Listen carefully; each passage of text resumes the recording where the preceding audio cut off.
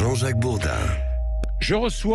Nous recevons Jean-François Kahn. Jean-François Kahn, bonjour. Bonjour. Merci d'être avec nous. Le titre de votre dernier livre, Comment on en est arrivé là quand la tentation des extrêmes risque de conduire à la guerre civile, aux éditions de l'Observatoire. Jean-François Kahn. Voilà un livre qui va...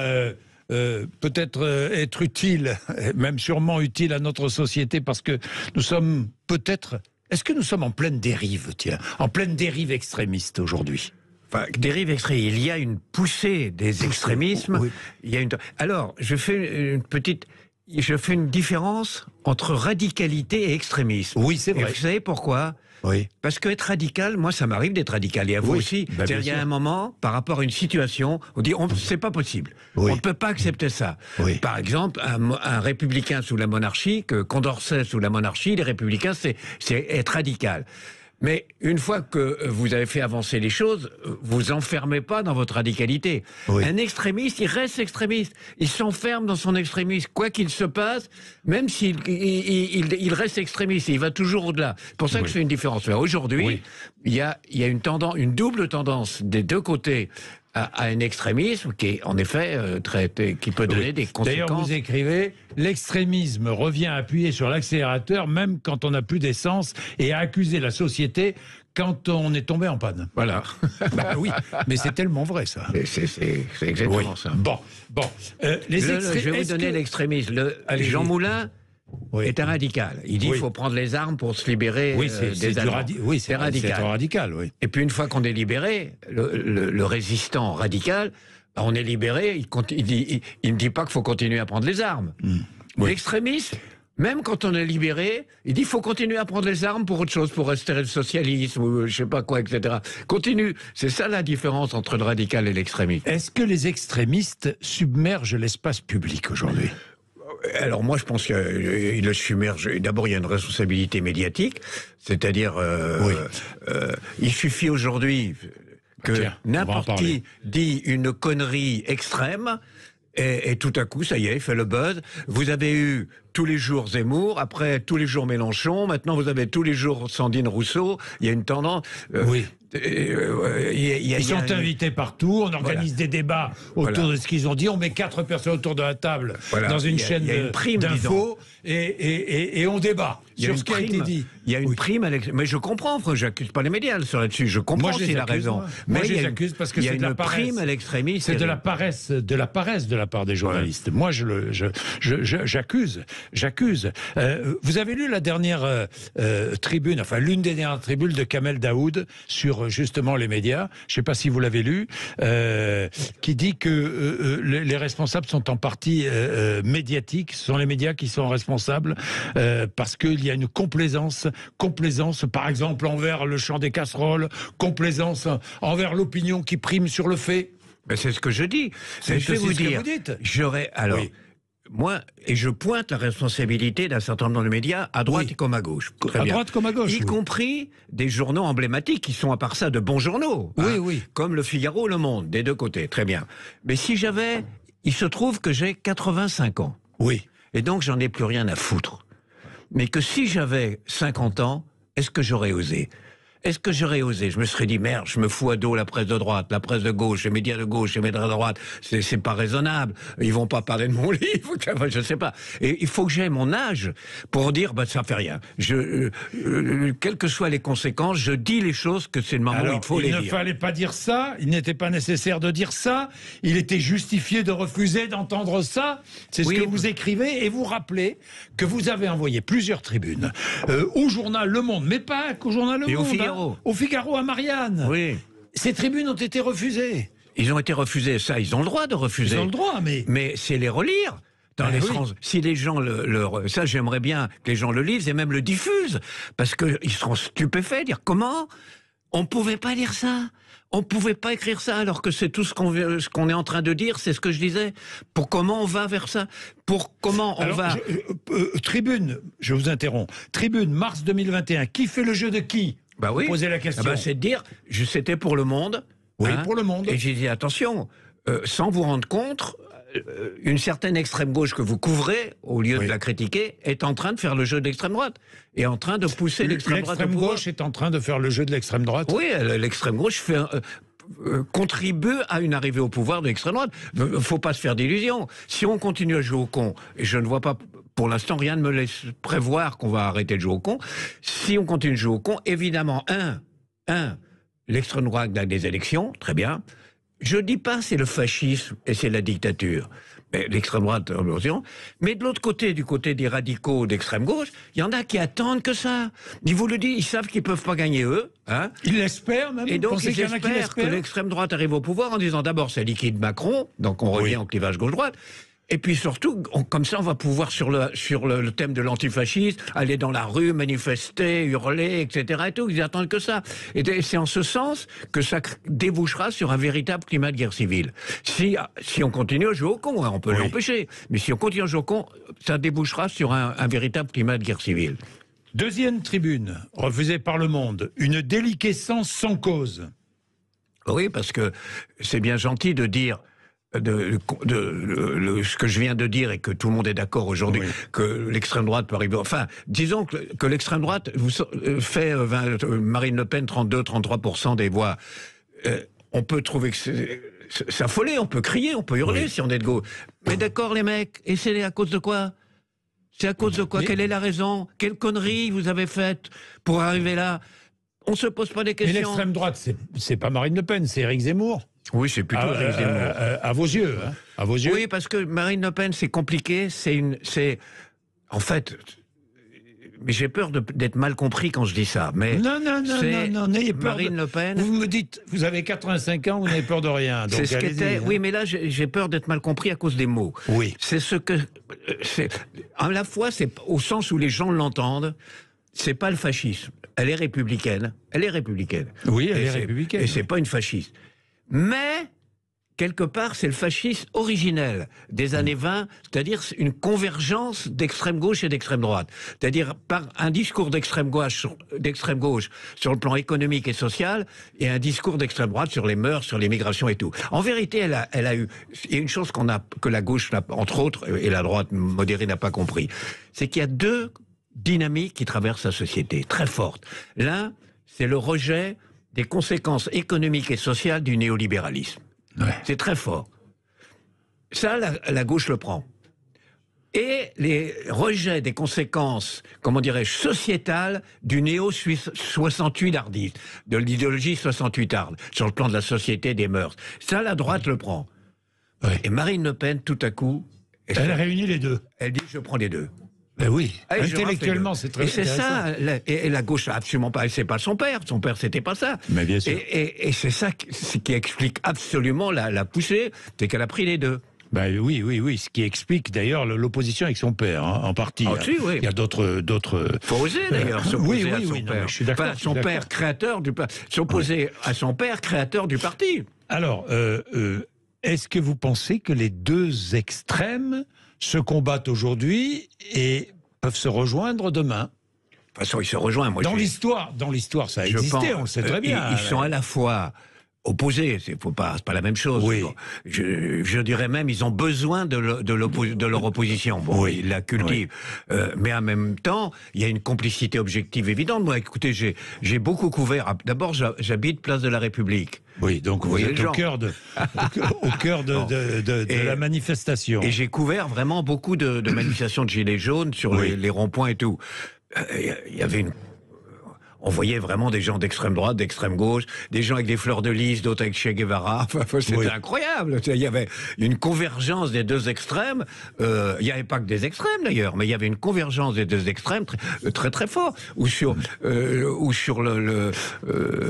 avec l'idée que la liberté est dans la rue, qu'elle n'est pas dans l'élection. Voilà, absolument. Bah oui, ça, les mecs, plus convergence dans la connerie. Moi, il y a un truc aussi, vous citiez ce que j'ai... Je rappelle, il y a des moments où il faut rappeler parce que les gens oublient complètement. Je cite toutes les conneries à gauche et à droite, à l'extrême gauche, qu'on a écrit au moment du Covid. Oui. Avoue que c'était incroyable. Ah oui, non, comment on a écrit ça? Des intellectuels, des grands intellectuels. vous avez pu écrire ça, ces conneries-là, c'est incroyable. Et on oublie. Ben non, faut pas oublier, faut rappeler les choses. Oui, vous avez écrit ça. Oui. Donc les extrêmes se combattent puis se rejoignent. Vous dites aussi, la pire emmerde pour un extrémiste, c'est une solution. Ah oui, c'est vrai. Ça, et quand elle rejoint, d'ailleurs, j'ajouterais une chose, c'est qu'on a quelque chose de totalement nouveau auquel on a vécu ces dernières années. J'en parle, j'en donne des citations.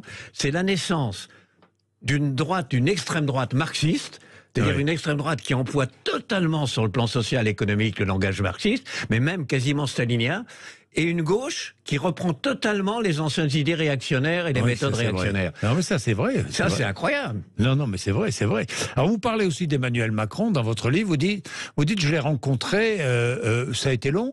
Non, mais il n'a jamais voulu me recevoir. Au début, il ne voulait pas me recevoir. Après, je l'ai rencontré dans un débat. Ah non, mais c'est un débat, c'est un journal qui a créé un débat entre nous deux. Ouais. Et moi, c'est le premier président de la République qui m'a jamais... Bon, mais vous dites, c'est un libéral, mais qui n'a jamais condamné le néolibéralisme. Oui, parce que c'est ce qui m'a frappé dans le débat que j'ai eu avec lui, c'est qu'il refusait toute différence entre libéralisme et néolibéralisme. C'est comme si vous refusiez toute différence entre le socialisme démocratique et le communisme stalinien. Voilà, ça se réclame du socialisme l'un ou l'autre, mais c'est pas la même chose, quand même. Et ben voilà, c'est une chose qui m'a frappé chez lui. À part ça, m'a frappé aussi son agilité intellectuelle, incontestablement, c'est pas niable. Alors, puis alors, il y a toutes ces phrases. Alors là, vous êtes amusé, là, hein. Oui, là, parce que comme c'est angoissant, ce que j'annonce c'est angoissant, je le crois, et moi-même, pour vous dire la vérité, je suis angoissé, moi-même, ça me brûle. Et du même coup, je dis, il faut aussi combattre par le rire. Il faut essayer de lutter par le rire. Parce que je vois, je tourne les pages, 251, stratégie démocratique, 2 points, la rue s'exprime à travers le Parlement, stratégie mélenchoniste, 2 points, on met le Parlement à la rue. Oui, oui. Non, mais à Mélenchon, vous le citez souvent, c'est... Parce que moi, je le connais bien, je sais comme vous connaissez bien, moi aussi. Je pense qu'il est devenu fou à certains moments. Ah bon ? Je pense qu'une espèce d'égocentrisme, des espèces de...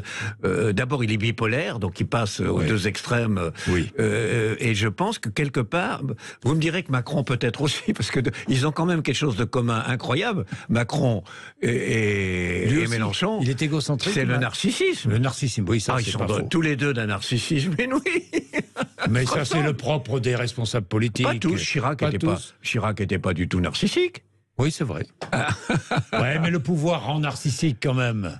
Tous les conseillers autour, Jean-François Kahn, qui disent sans cesse que vous avez raison, que vous êtes le plus beau, le plus intelligent. Moi, je raconte, je sais pas dans les... J'ai dîné, le dernier dîner que j'ai fait avec Chirac. Oui. Je racontais dans mes mémoires. Le dîner que j'ai fait avec Chirac, je connaissais bien, parce que j'ai été son adjoint à la Maison de la Poésie. Et donc il était déjà, comment dirais-je, très fatigué, comme on dit, enfin bref. Oui. Au point, il y avait une jeune fille qui l'accompagnait, au point qu'il n'arrivait pas à s'exprimer. Son visage montrait ce qu'il pensait. Ce qu'il pensait, oui. Mais il n'arrivait pas à s'exprimer. Mais c'était terrible, des minutes passées, etc. Très bien. Sauf qu'à un moment, il a dit, comme s'il allait dire quelque chose d'énorme, d'une importance inouïe, il faut bien comprendre que la Chine est un grand pays. Et il a fallu s'exalter. Et puis ça continuait, il disait rien. Et à un moment, la jeune fille qui l'accompagnait dit, Monsieur le Président, vous avez vu sur les vidéos, sur les trucs internet de comment la femme de Sarkozy, oui, Cécilia. Non, l'actuel. Ah oui. Merde. Oui. À moitié, enfin, une photo où elle est à moitié nue. Elle dit, et vous l'avez vu, et à partir du moment, je croyais même pas que c'était possible, où on a parlé de cul, il a retrouvé tous ses moyens. Non. Tout à coup, il retrouvait les mots, les phrases. Il était... Non, c'est pas vrai. Tout ça. À l'instant même où on a parlé de cul, il a retrouvé absolument tous ses moyens. Je n'oublierai jamais cette scène. Alors, je voudrais terminer, Jean-François Kahn, en vous posant une question sur l'actualité. Florence Bergeau-Blaclair, qui est interdite de conférences à la Sorbonne parce qu'elle a écrit son livre sur le frérisme. Vous avez vu ça? Oui, Vous avez vu ça? Ça, voilà de l'extrémisme. Mais d'abord, c'est de l'extrémisme. Et vous touchez du doigt l'essentiel. Comment voulez-vous que la gauche combatte efficacement l'extrême droite quand elle fait exactement ce qu'elle a reproché à l'extrême droite? Parce que qui, jusqu'à présent, faisait interdire des spectacles mal-pensants? Qui faisait interdire des conférences? Qui menaçait des gens parce qu'ils votaient pas bien? Leur faisait, comme en Italie, boire de l'huile de ricin? C'était l'extrême droite. Et comment, aujourd'hui, vous avez une extrême gauche qui finit par imiter, par faire tout ce qu'elle reprochait à l'extrême droite? C'est ce que vous dites est typique. Et à ce moment-là, comment voulez-vous faire le procès de l'extrême droite? C'est significatif. Et ça, c'est typique. C'est typique. C'est typique. C'est typique. Il y a aussi... Mais attendez, ils interdisent même des conférences. Ils ont même empêché des conférences de Hollande ou de l'épouse de Jospin. Oui. Il y a une, vous savez, la radicalité, ça ne s'arrête pas. Il y a eu une scission au sein du NPA. C'est le NPA. L'extrême gauche, oui. Voilà, et ils ont, le nouveau parti anticapitaliste. Ils ont accusé une tendance d'être trop modérée. Donc ça veut dire que l'extrémisme, ça ne s'arrête pas. Vous trouvez toujours plus d'optimisme, plus extrémiste, forcément.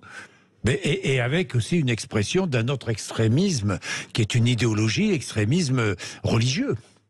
Jean-François Kahn. En plus, sur ça, je vais vous dire, non seulement il y a un extrémisme religieux, mais est-ce que vous aimez la musique? Oui, j'adore. Bon.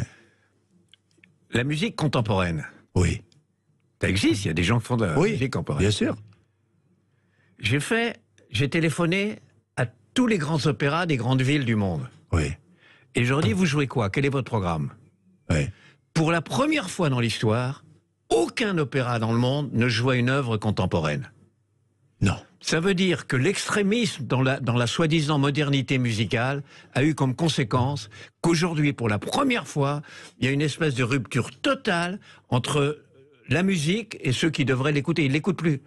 Alors c'est une musique de laboratoire, ils sont là pour se faire plaisir, c'est l'extrémisme dans la modernité, l'extrémisme dans la provocation, les gens ne l'écoutent plus, la preuve, ils n'entendent plus. Donc il n'y a pas qu'en politique, et en peinture c'est la même chose. L'autre jour, j'étais à Lausanne, j'ai visité un musée, il y avait toute la peinture, l'impressionniste, le post-impressionniste, Cézanne, il y avait un monde fou, c'était sur 2 étages, et l'étage du dessus c'était la peinture vraiment contemporaine, il n'y avait personne.